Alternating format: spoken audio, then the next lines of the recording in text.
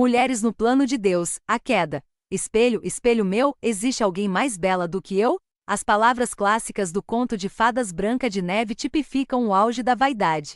A rainha madrasta da história fica louca quando o espelho responde que outra, a Branca de Neve, era mais bela do que ela. Quando chegamos ao fim da narrativa da criação em Gênesis 2, o recém-criado casal Adão e Eva serve como espelho belo e nítido da glória da imagem de Deus. Gênesis 1:27. Por isso, Deus declara que tudo era muito bom. Gênesis 1:31. No entanto, alguém não estava contente. Satanás já foi condenado por Deus por querer elevar seu trono acima do trono de Deus. Ezequiel 28:2. 11. Em resposta, virou-se contra o homem e a mulher na tentativa de sujar o espelho de suas vidas, por serem uma lembrança constante da glória que ele mesmo nunca atingiria. Satanás tentou ofuscar aquela imagem e vingar-se de Deus. Gênesis 3:1. Veja Apocalipse 12:9. Gênesis 3 explica as origens da tentação e do pecado, bem como mostra suas consequências no mundo e na vida tanto do homem como da mulher e em conjunto na família. Contudo, além de tratar da tragédia do pecado, também mostra o triunfo da graça. Gênesis 3 é uma miniatura da história do universo e do plano de Deus para a salvação do homem. A lua de mel no final de Gênesis 2 mostra a inocência do casal criado à imagem de Deus.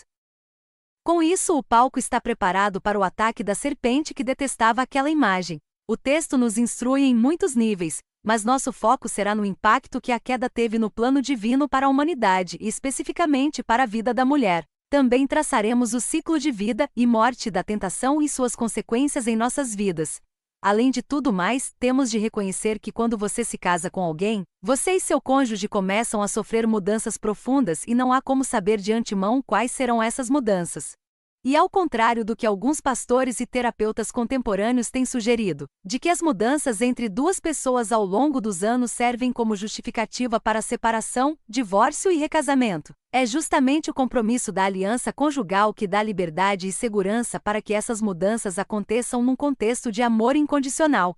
Ao longo dos anos, você passa por fases em que precisa aprender a amar um indivíduo com o qual você não se casou, alguém que em certos aspectos é um desconhecido. Você terá de fazer mudanças que não deseja e seu cônjuge também. No devido tempo, a jornada pode levá-los a um casamento sólido, terno e cheio de alegria. Mas isso não acontece porque você se casou com alguém perfeitamente compatível. Essa pessoa não existe.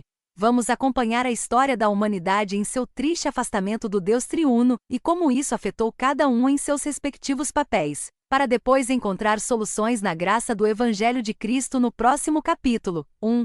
O percurso do pecado, Gênesis 3:1-6, aprendemos muito sobre o ciclo de vida e morte que a tentação produz nesses versículos.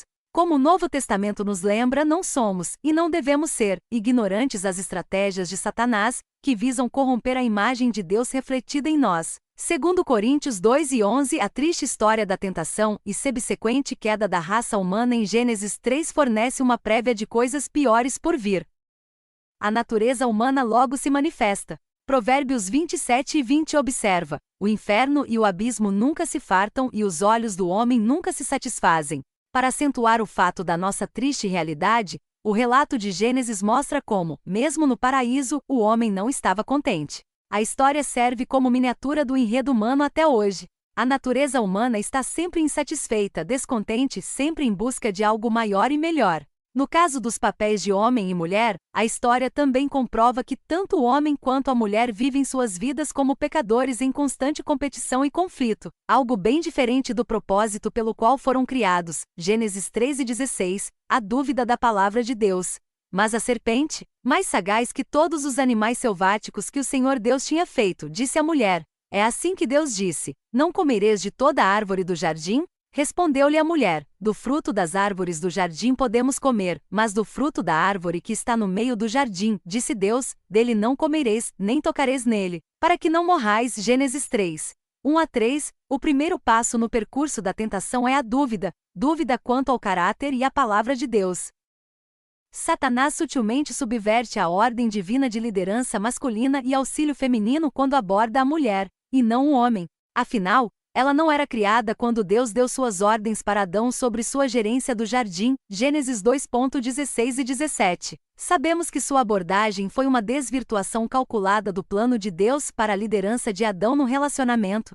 Satanás inicia seu ataque contra a imagem de Deus mirando o relacionamento conjugal e os papéis de cada um. Uma pergunta diabólica semeia dúvidas na mente da mulher. É assim que Deus disse. A serpente questiona a bondade e provisão graciosa de Deus. Eva já fica na defensiva. A palavra de Deus e o caráter de Deus estão em jogo. O apelo do inimigo em Gênesis 3:1 foca a atenção na única proibição que Deus havia dado para o homem, antes da criação da mulher, em Gênesis 2:16.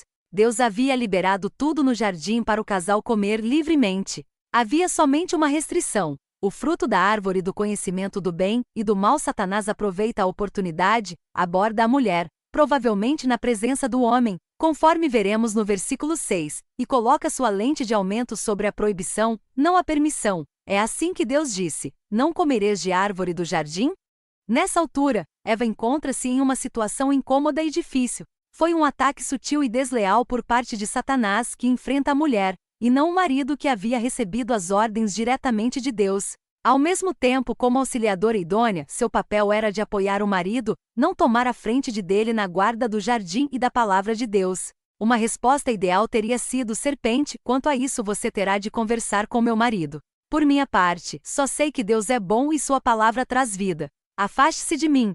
Eva, no entanto, sente-se obrigada a responder. Infelizmente, ela foi inconsequente ao fazê-lo, enquanto o tentador torceu a palavra e sutilmente questionou o caráter de Deus. Eva erra pelo menos 3 vezes com respeito à palavra. As diferenças para nós talvez pareçam sutis, até mesmo insignificantes, mas quando lembramos o contexto de Gênesis 1 e 2, em que a palavra poderosa de Deus criou o mundo e concedeu vida, logo fica evidente que esses errinhos são potencialmente fatais. Eva subtraiu e acrescentou a palavra de Deus. As mudanças feitas sugerem que ela já estava sendo enganada, como Paulo afirma em 1 Timóteo 2:14, que talvez ela não tenha levado tão a sério a palavra de Deus, e muito provavelmente que Adão havia falhado na transmissão da palavra a ele confiada. E quando lembramos que, ao que tudo indica, ele estava presente, o fato de que não interferiu enquanto a serpente seduzia sua própria mulher também sugere que ele foi omisso e passivo. O precedente estabelecido na queda continua evidente nos descendentes de Adão e Eva e em nossos casamentos. A tentação de Adão e Eva nos lembra de outra tentação, do último Adão, séculos depois, Mateus 4:1-11. Só que, diferente do casal no paraíso de Deus, Jesus encontrava-se no deserto árido, privado de tudo por 40 dias e 40 noites. Jesus, que é o resplendor da glória e a expressão exata da imagem de Deus, Hebreus 1:3, também foi atacado pela serpente. Ele, porém, respondeu às tentações, citando perfeitamente a palavra de Deus. Isso porque não só de pão viverá o homem, mas de cada palavra que procede da boca de Deus, Mateus 4:4, por 2 vezes Eva diminuiu o que Deus havia dito. Esse fato fica ainda mais evidente no texto hebraico original. Ele tinha falado: comerás livremente, e ela disse: podemos comer. Ele falará: certamente morrerás, ela disse: para que não morrais. Finalmente Eva acrescentou à palavra de Deus o que Deus não havia dito: nem tocareis. O percurso do pecado começa quando somos omissos, passivos e subversivos em duvidar da palavra de Deus e quando abandonamos nossos respectivos papéis como homem e mulher. Para refletir e compartilhar. Como duvidamos do caráter de Deus e da palavra de Deus no dia a dia? Como as mulheres podem encorajar seus maridos a serem líderes espirituais em seus lares? Quais os perigos quando a palavra de Deus não é central em nossas vidas, em nossas famílias e na igreja? Como nós, mulheres, podemos fazer com que ela ocupe seu devido lugar em nossas vidas e em nossas famílias, sem usurparmos o papel do marido? Negação. Então a serpente disse à mulher: é certo que não morrereis. Porque Deus sabe que no dia em que dele comerdes se vos abrirão os olhos, como Deus, sereis conhecedores do bem e do mal. Gênesis 3:4 e 5. O segundo passo no percurso da tentação é a negação escancarada da palavra. Satanás, o pai da mentira, João 8:44, ousa acusar Deus de ser mentiroso quando berra: é certo que não morrereis. Infelizmente, tudo indica que Eva estava confusa quanto à palavra. Satanás, tendo plantado sementes de dúvida sobre a palavra e o caráter de Deus no coração dela, agora avança para aplicar o golpe fatal. A serpente sugere que Deus não era bom, que ele não tinha o bem do casal em mente, que existia grama mais verde do outro lado da cerca e que eles poderiam ser como Deus. Ironicamente, ele oferece semelhança a Deus para o casal que já era imagem e semelhança de Deus, Gênesis 1:26 e 27. Eles eram mais parecidos com Deus do que a serpente, mas mesmo assim, caíram no golpe dela. Foi a mesma estratégia que Satanás usou na tentação de Jesus no deserto, só que com outro resultado, Mateus 4:1 a 11. C. Desejo.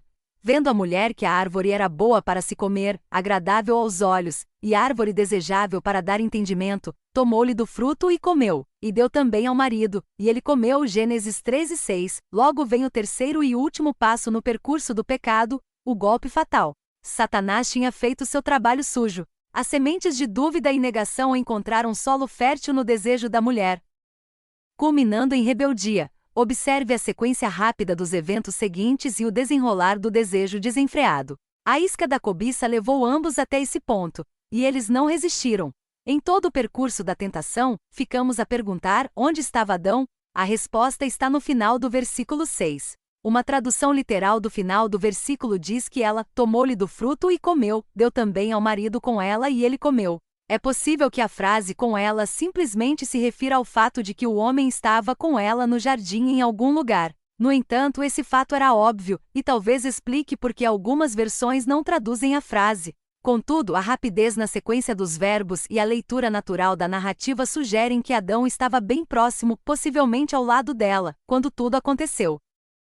O texto traz implicações para a liderança masculina, bem como a omissão e a passividade que minam o fundamento do lar. Além disso, vemos como a mulher que deveria ter sido auxiliadora idônea tornou-se, na verdade, o tropeço que levou à queda. Cada um abandonou seu papel. Percebemos em nosso mundo como os precedentes estabelecidos no primeiro pecado continuam ecoando em nossas vidas e em nossos casamentos. Mulheres que tomam a frente e homens que abandonam a liderança espiritual do lar revelam-se como novos Adão e Eva. Ao comer, o homem colocou sua esposa como Deus em sua vida, obedecendo à voz dela em vez de Deus. Foi justamente essa atitude que Deus abordou em primeiro lugar quando fala ao homem em Gênesis 3:17. Visto que atendeste à voz de tua mulher, o homem quis agradar a esposa antes de agradar a Deus. Ele não foi enganado como a mulher, 1 Timóteo 2:14. Sabia exatamente o que estava fazendo. Simplesmente decidiu desobedecer.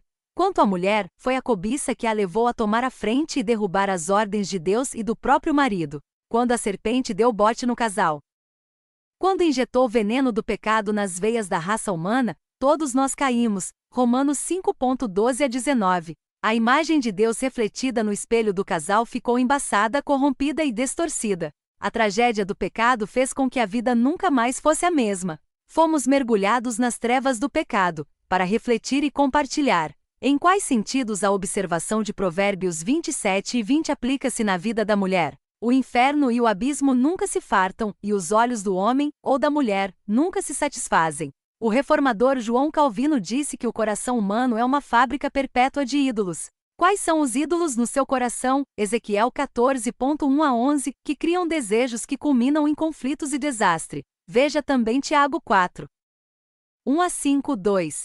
As consequências do pecado. O próximo ato no drama do texto revela as consequências inevitáveis do pecado.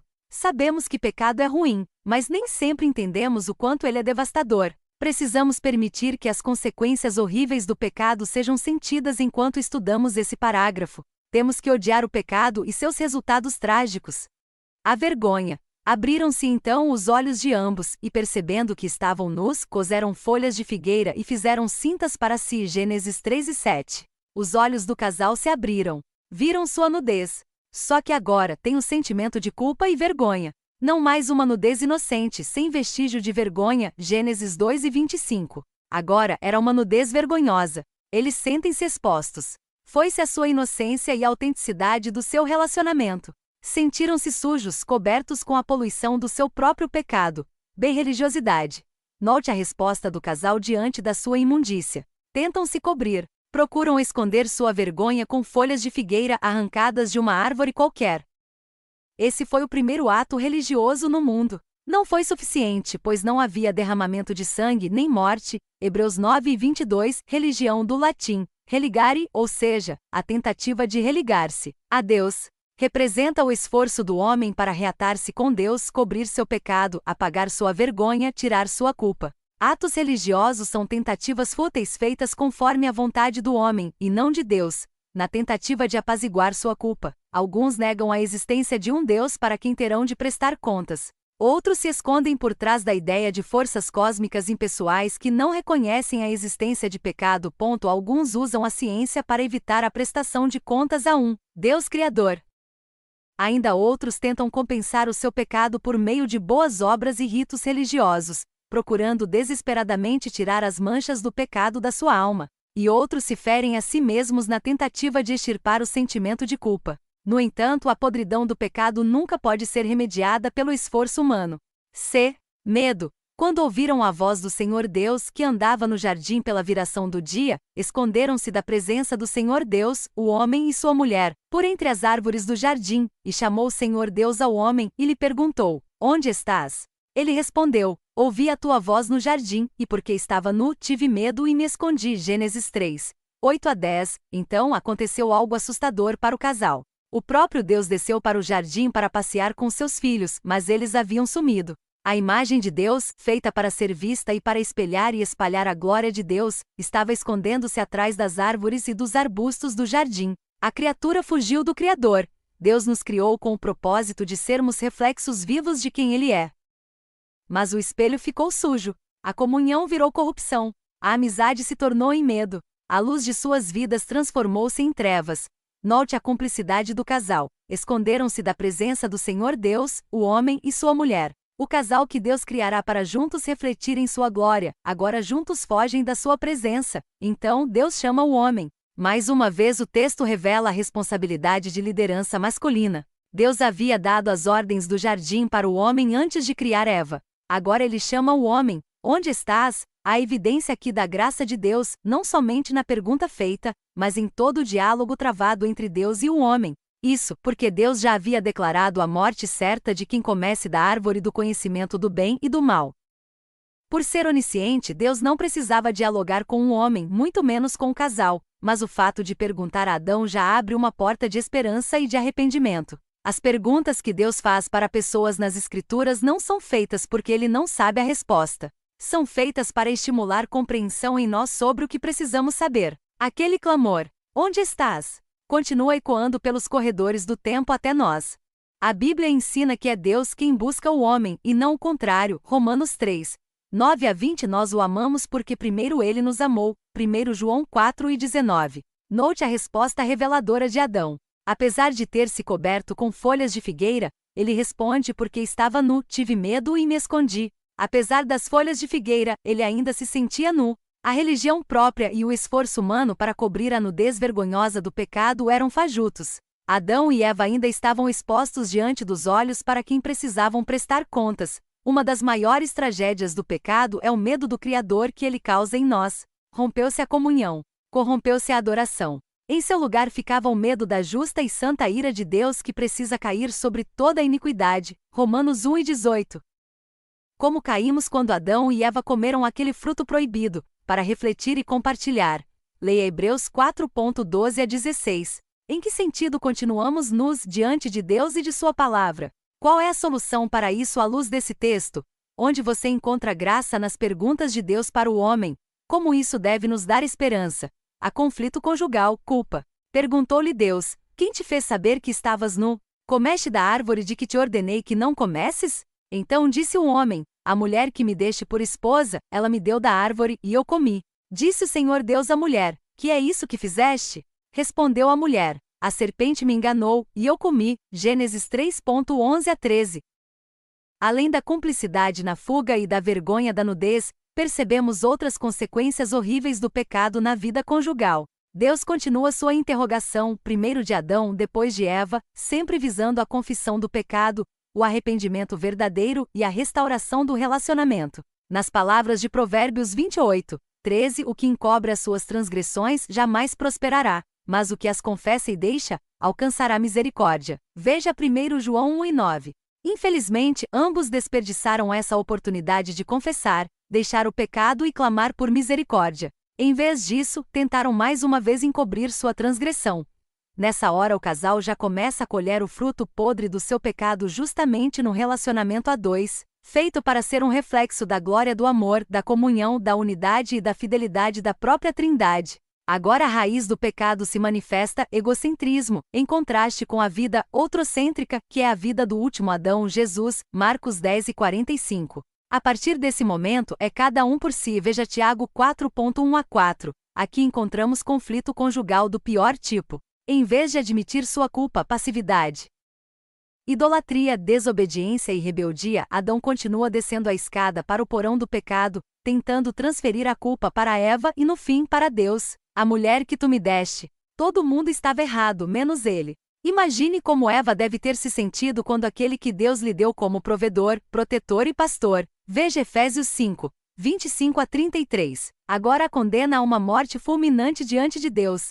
Irônica e tragicamente, nessa altura o casal já reflete atributos do próprio diabo, o acusador dos irmãos e o pai da mentira, João 8:44, Apocalipse 12:10-11. Em vez de assumir a culpa, defender a esposa e protegê-la, esse mesmo homem que pouco antes havia cantado, esta, afinal, é osso dos meus ossos e carne da minha carne, Gênesis 2:23, agora se vira contra a própria esposa. O homem aponta seu dedo em direção a Eva e efetivamente a condena à morte para salvar a própria pele. Eva, por sua vez, também faz o possível para se justificar, apontando em direção à serpente, isentando-se de qualquer culpa. Foi o diabo que me fez pecar. Infelizmente, esse mesmo precedente continua até hoje. Homens omissos e passivos preferem culpar aqueles ao seu redor a admitir seu pecado e assumir a responsabilidade por ele.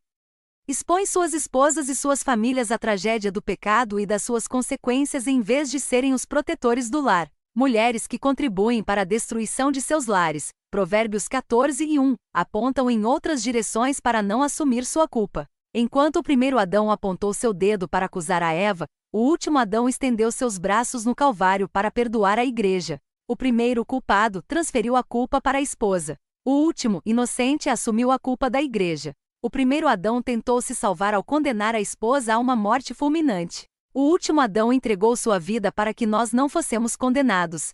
Somente em Cristo é que esses efeitos trágicos do pecado podem ser revertidos. Somente em Cristo é que nós, mulheres, podemos ser a Eva que Eva foi feita para ser. Keller e Keller destacam uma aplicação prática para casais que se encontram em conflito. Ao enfrentar qualquer problema no casamento, a primeira coisa que você deve procurar na base da questão é, em certa medida, o egocentrismo e a indisposição de servir ou ministrar ao outro. Se aprendemos uma lição desse texto, é que o pecado é horrível. O pecado é devastador. Ele nunca vale a pena. Nossa tendência é minimizar a seriedade do pecado. Contamos mentirinhas brancas e cremos que errar é humano. Jesus ensinou sobre a seriedade do pecado em Mateus 5:29 e 30. O pecado deve ser tão temido ao ponto de tomarmos medidas radicais para evitá-lo. Ao ponto de Jesus usar a figura de amputação de membros do corpo para não sermos enredados por ele. No entanto, o que realmente precisamos não é uma amputação física dos membros do nosso corpo, hipérbole no texto, mas um transplante do nosso coração, o que mais tarde será chamada de nova aliança escrita na tábua do coração. Conclusão. Como vimos neste texto, o pecado é especialmente destrutivo no lar. Homens passivos egoístas que se protegem e fogem de prestação de contas, convivem com mulheres ambiciosas, egoístas e insubmissas. Uma fórmula para o desastre. O inimigo conseguiu ofuscar a imagem de Deus na beleza do espelho do ser humano. Hoje, ao fitarmos nossa imagem refletida nessa história, exclamamos: espelho, espelho meu, existe alguém mais feio do que eu? Graças a Deus, o Filho de Deus veio ao nosso encontro para nos libertar de nós mesmos. Aprenderemos mais sobre isso no próximo capítulo. A grande ideia. Pecado ofusca a imagem de Deus no homem, para refletir e compartilhar. Como nós, mulheres, fugimos da responsabilidade de nossos erros e tentamos atribuir a nossa culpa a outros? Como Jesus foi diferente de Adão e Eva ao assumir a culpa de todos nós em nosso lugar? Leia Efésios 5:25-33.